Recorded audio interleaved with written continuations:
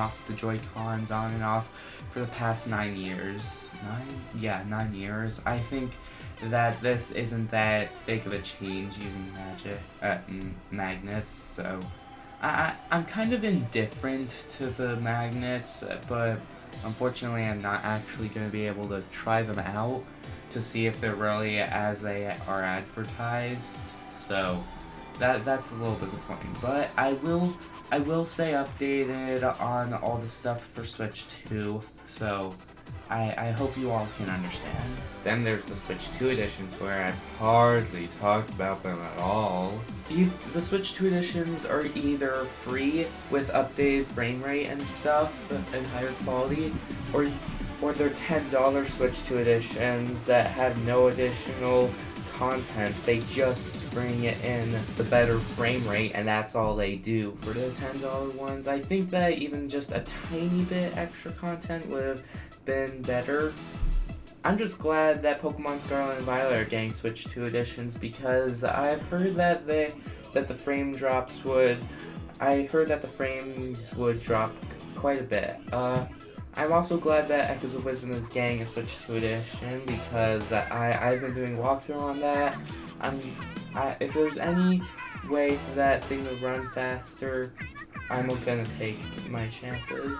But even better, the Echoes of Wisdom Switch 2 edition is free, which I could not be more thankful for. And I guess technically the $10 Switch 2 editions of Breath of the Wild and Tears of the Kingdom have an additional app that not many people are going to use. Well, I haven't actually played Breath of the Wild and Tears of the Kingdom, but I don't plan to. I'm not really interested. I'm more into Wind Waker and Majora's Mask. But I've gotten off track here. And then there's the $20 Switch 2 editions that are getting actual extra content, like Kirby and the Forgotten Land getting the Star-Crossed World. Personally, I don't get the Kirby's franchise obsession with having the bosses all have one name thing in common. Like, the first few games going all the way up to Street Fighter all had to have Dark in their name, and now every secret boss has to have Soul in its name. I just don't understand it. I could go on about Kirby, but back to Star-Crossed World. I saw a bit of the Treehouse gameplay thing, and so far it's kind of interesting, and it kind of looks like with each passing level you go to, you're exploring more rather than just the base game. You're just exploring different parts of the stage, which I love. And the new mouthful modes look good. I just want to see more copy abilities, but we're just gonna have to wait till Switch 2 comes out. Hopefully we'll get a little bit more information on these Switch 2 editions. Maybe Nathaniel Bandy or some other YouTuber will have like a video on just, futzing around with it, seeing if the Switch 2 is truly as it is advertised. I'm not sure if I'll do like a reaction video to something like that, but it'd be really cool to do something like that. I'll ask my dad if there's like a video of a YouTuber trying out some of the stuff on Switch 2 that they pre-ordered or something, and you can't tell me otherwise. I think Switch 2 is gonna have Nintendo Selects, even though Switch 1 didn't get the Nintendo Selects.